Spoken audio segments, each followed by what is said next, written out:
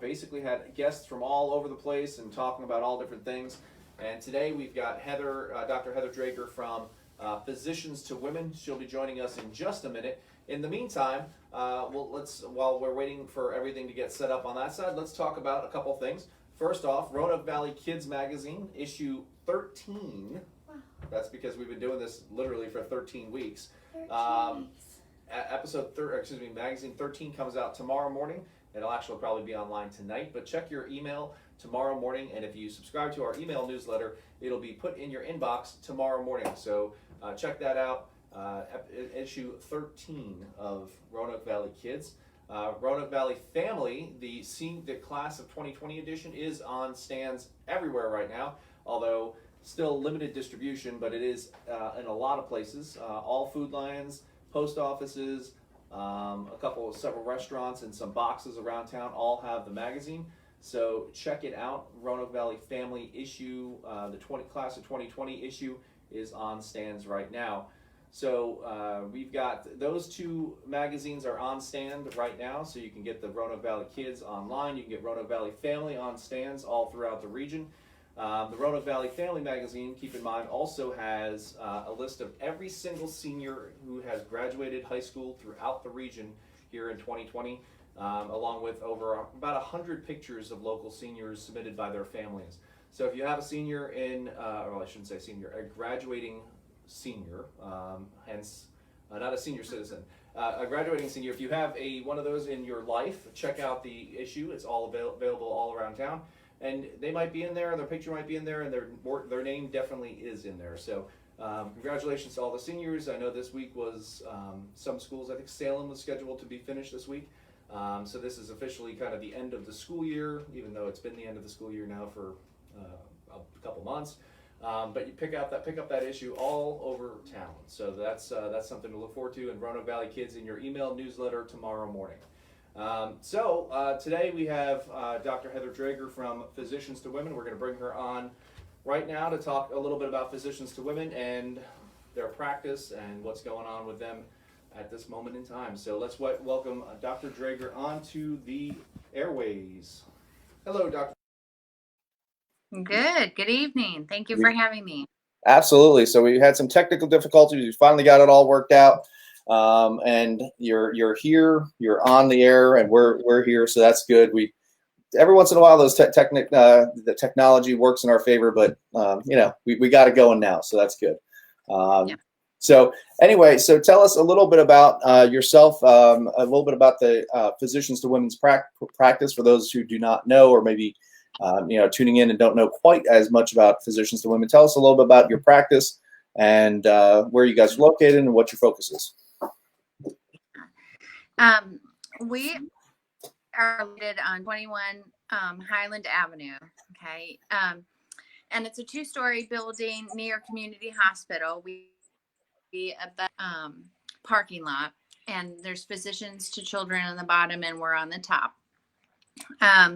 We're a larger group. There's 8 of us that deliver or do obstetric deliveries, and there's 10 total. And we have a nurse practitioner. Wow. We have on-site mammography and 3 ultrasound rooms that are running nonstop. It's a busy practice. There's a lot of different personalities and a lot of different people working there. And I think that easy for somebody to find that personality that fits for them.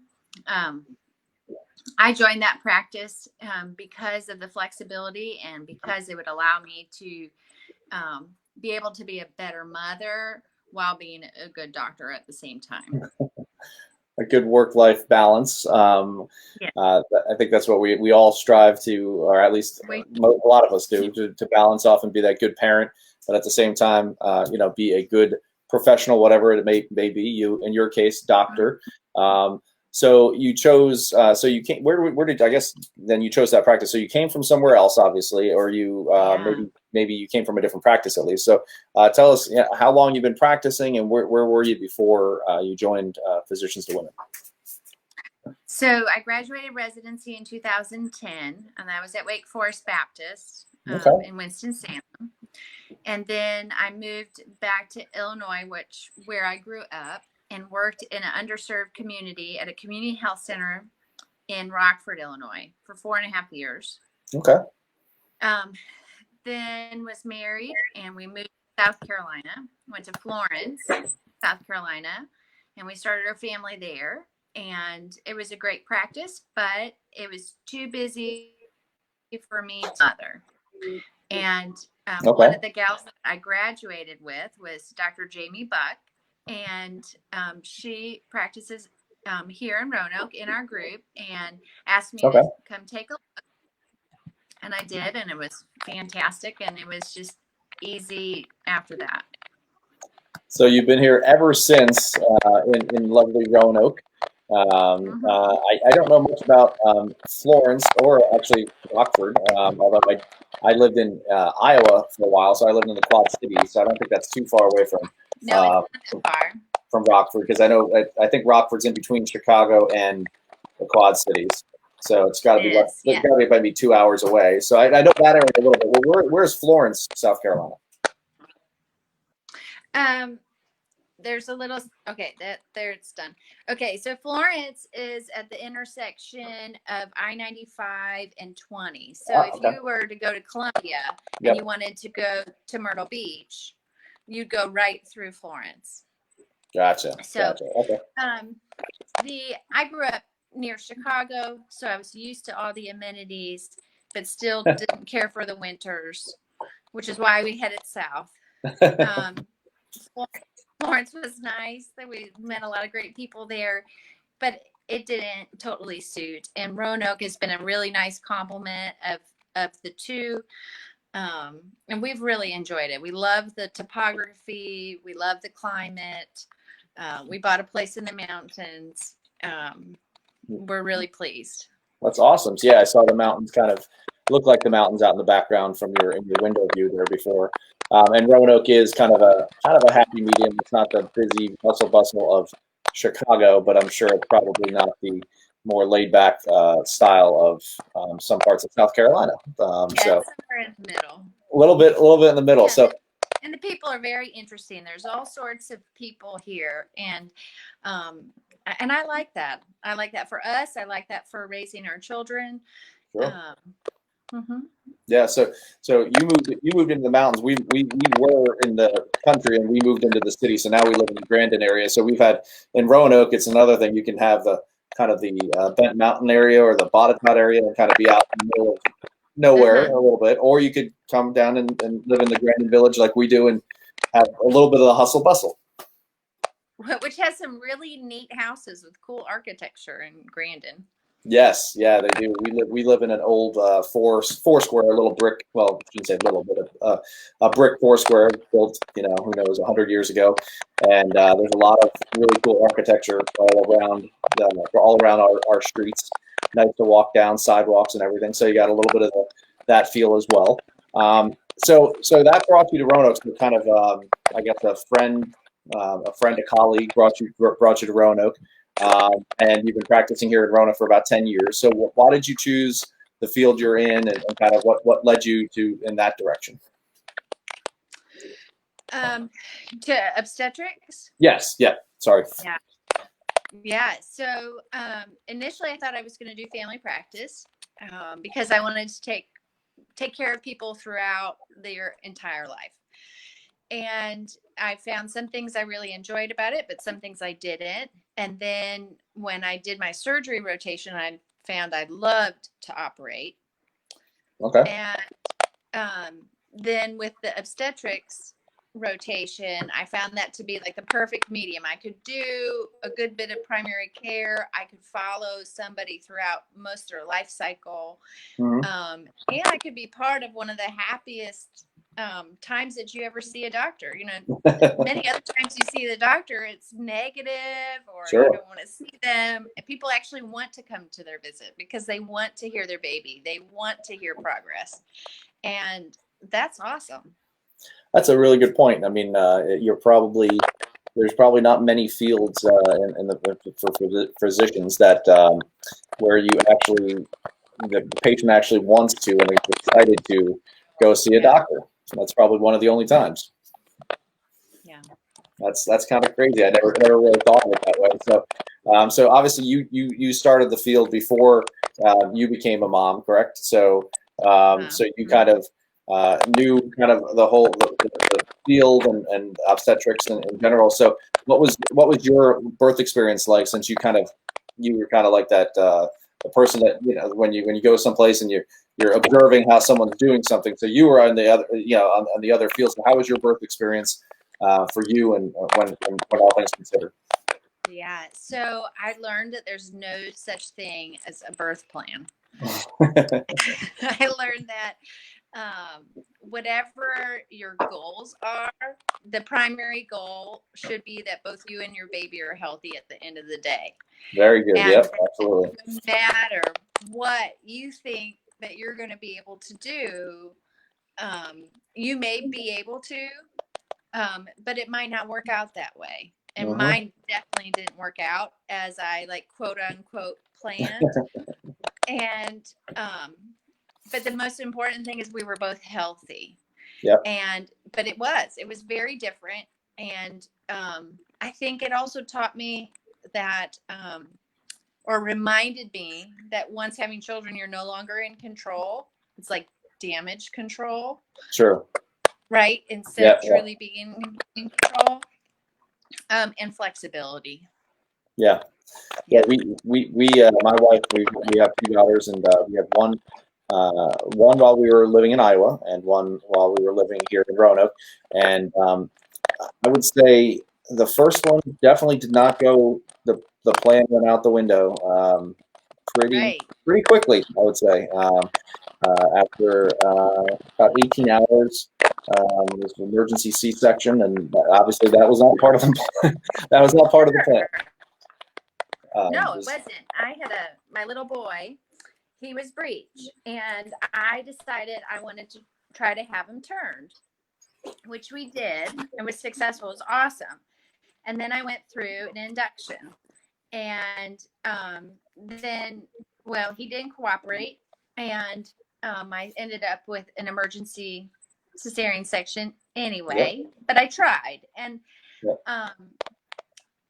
so that's you know, it was my goal to try to get to do it. You know, but really my real goal was that he was healthy.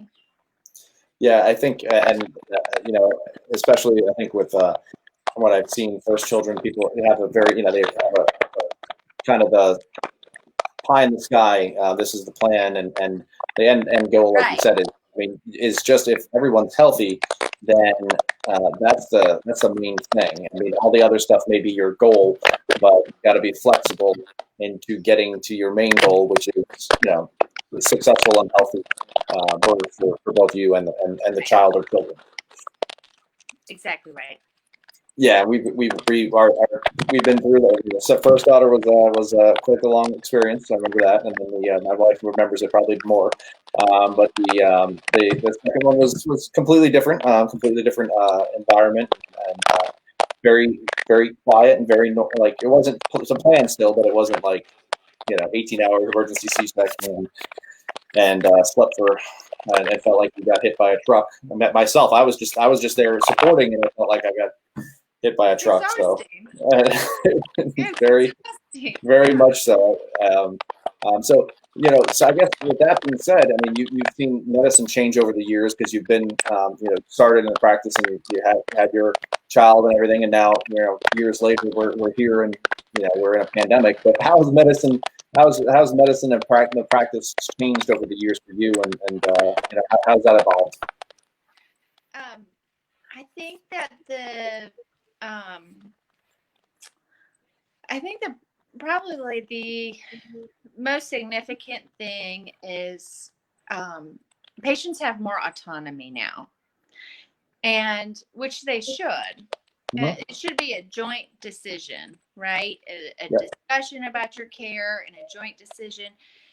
You know, historically, medicine has been very paternalistic, and, you know, there is a time like, if I think something's unsafe, I'm going to tell you I think that's unsafe. But it's your body, and you get to make the ultimate decision, right? Sure.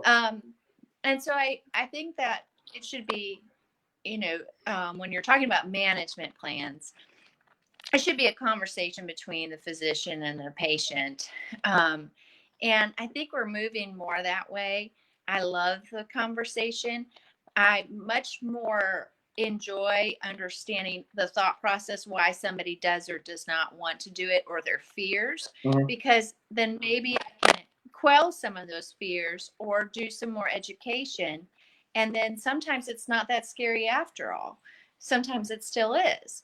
But without having that open dialogue, without having that conversation, it's not. And, some things can be very scary when they don't really need to be. Sure, absolutely. And I think, from, I guess, this side of the table, or from, not being a medical professional, I think also the rise of the information, the internet and everything has allowed people to self-diagnose, self-prescribe and everything, and have a completely different mindset walking into a doctor's office probably than they did even 5-10 years ago. Yeah. My wife has. Dr. Google is a blessing, but also a curse. Yeah, it's a double-edged sword, right? And the same thing with education in some respects, I think, because when you and I probably went to high school and to college, we didn't have that information at our fingertips, so we had to do a lot of probably legwork to get that information, to complete papers and documents and assignments. And now these days they just pull up their iPad and they've got literally an Encyclopedia Britannica at their fingertips. Yeah, I still had to use the card catalog. Absolutely, there you go. Me too. I remember flipping through the little drawers with the little hook where you pull it out and you just shuffle it through, and there's 15,000 index cards. Right. No, our kids will never know that joy. Today, my son was asking why I can't just reach behind and unbuckle his buckle while I'm driving, and I'm like, well, I'm sorry, buddy, but I'm not like Go-Go Gadget. I don't have Go-Go Gadget arms. He's like, who's Go-Go Gadget? I'm like, yeah. Yeah, exactly. The internet one day. Well, you can stream everything you want too, so there you go. You can probably find it on a Hulu or a Netflix and everything. It's crazy how technology is different. I know it's changed the medical profession quite a bit, both for the good and the bad, I'm sure. But so I guess wrapping up, how are you guys handling the pandemic in the sense at the office? I mean, are you guys back to operational? Are you seeing patients only in emergencies? What's going on with you guys? We are up and operational. We have opened up all services again, but the limitation is having visitors, which has been hard on families not having a support person. Sure. But we're working on that right now. And we've decided to open it up to have a support person for procedures and ultrasounds. And so I think, we're taking that step. Now, of course, everybody still gets screened. That support person still needs to wear a mask. Each patient gets a temperature screen. So we're taking the precautions that we can. And in all honesty, the waiting rooms don't accommodate the 6 feet of social distancing if every single person has a support person. Sure. And so then that's not safe anymore. And so we're trying to figure out, how to do this, how to accommodate families but stay safe at the same time. And so I think it's going to be an ever evolving process, but we're trying really hard to practice good and safe medicine, but also support the experience. Yeah, absolutely. I mean, it's changed the way our world operates and businesses operate. I'm sure, it affects your world a great deal, especially when you have families wanting to come see new babies. And of course they want to. Of course. I mean, you don't want them not to be able to do that, but right. You have the restrictions. My wife is a nurse at Memorial, and she's on the oncology floor. and she has a lot of struggle with people wanting to come in and seeing, their family members who are battling cancer, and Yeah. and there's they can't. It's been very difficult. So I can only imagine what it's like. Thankfully, not in those shoes. Yeah. I mean, I just want people to know we're trying. Yeah, we really are. And I wouldn't want my husband to not be present for an ultrasound. Like, I understand that, or if I had to have a procedure, I would want him to be able to be there. sure. I would need him to be there. And so we understand that, and we're trying to take those steps, but those steps are going to be slow. Because we're constantly learning more, but we're happy to take care of people.